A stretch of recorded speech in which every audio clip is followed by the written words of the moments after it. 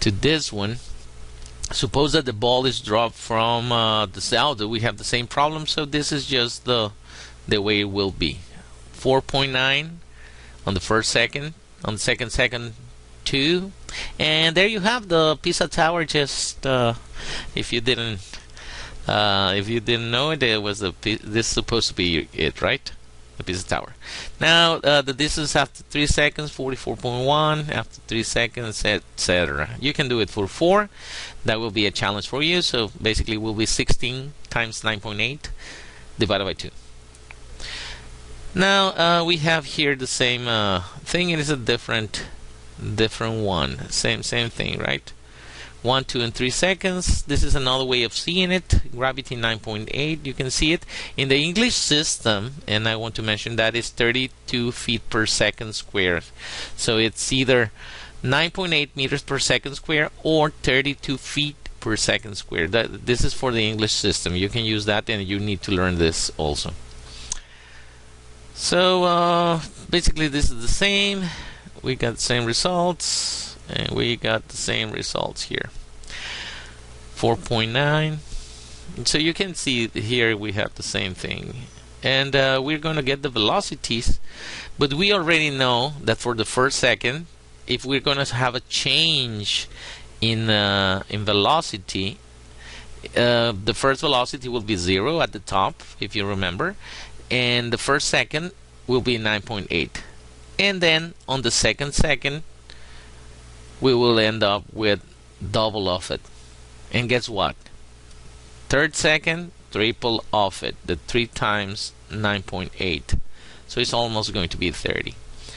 And that says we already know. So each time they tell you, okay, how much velocity will it have? Maybe you either learn this formula, or just say, okay, it's going to be increased in the velocity starting from 0, and it will increase in how many seconds, right? So you multiply just times g, and that will be it. So here we have a ball throwing upward. This is a different problem. So we have this ball that we're gonna throw up, right, to upward. A person throws a ball upward into the air with an initial velocity. Now we need an initial velocity, because if we had velocity equals to 0, then it won't go up, but this will. So it will go with 15 meters per second, okay? So let's calculate how high it goes. We're talking about distance and how long the ball is in the air before it comes back to his hand. Basically, total time, the time that it takes for the ball to go up and then down, both times. So this is a graphic of what are we talking about. Okay, let me stop this. Okay, so this is how it works. This guy is throwing this ball up. It goes with a velocity. Gravity, do you see, it's going down, so it's going to stop the ball. It's going to go and at this point it's going to stop, so the velocity is going to be 0. Here you have it, velocity is 0, and then it's coming down again with a 0 velocity and changing its velocity at 9.81 meters per second, going downwards.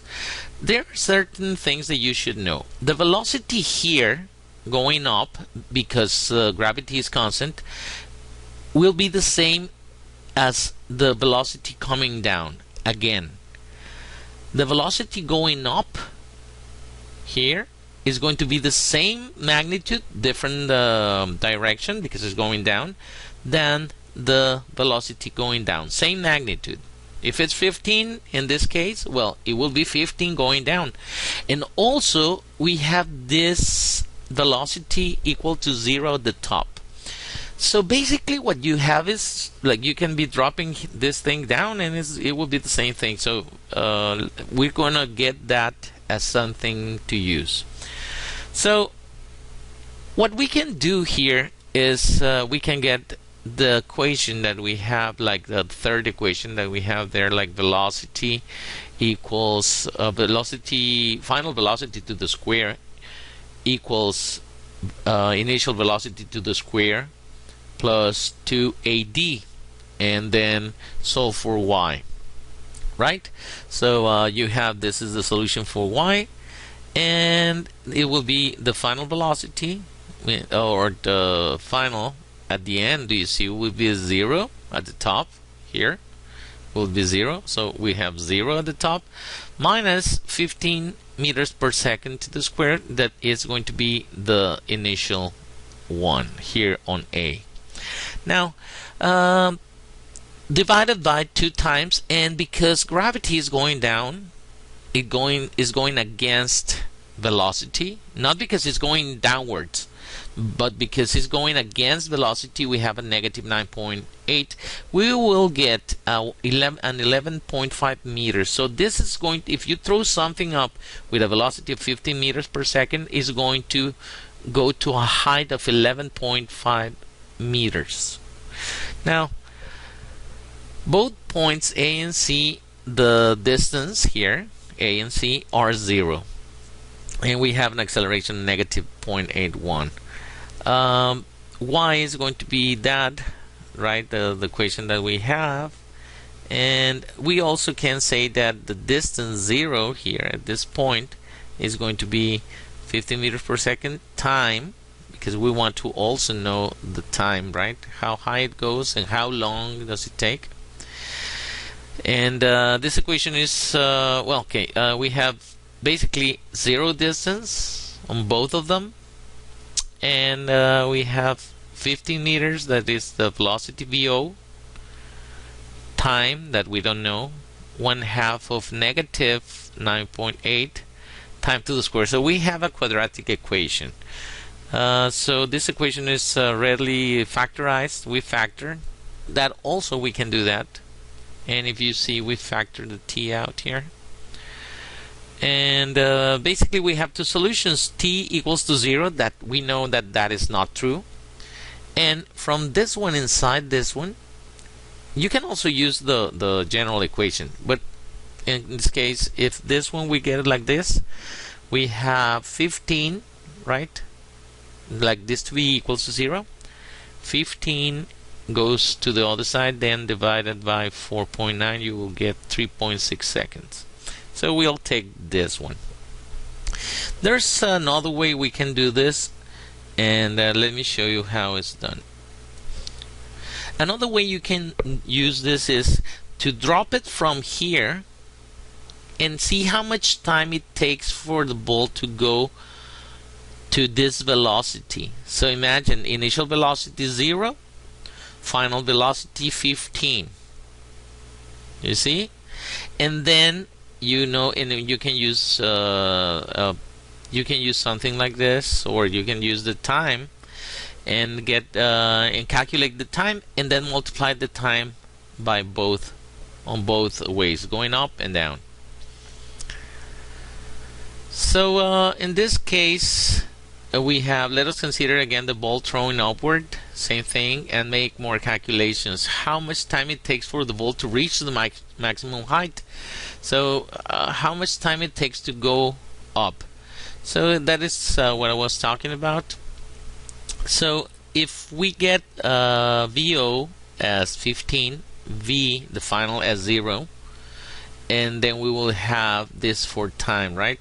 So time will be, this will be 0, this will be negative, but also the acceleration is going to be negative. So we have this, we will end up with this equation like that, and we solve, and it will be 1.53. And because we know that it will take the same time to go down, we will find this twice the time. So it's 2 times this, and it will be basically 3 point something, 3.606.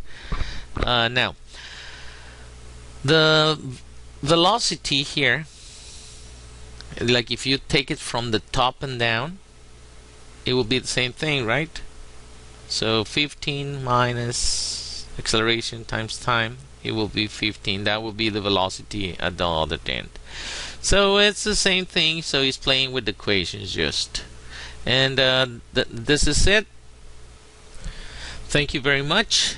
We have seen the subject free fall. I am Mr. Rob, and I'm very glad that you saw this video till the end. I'll see you in class. Have a great day. Bye bye.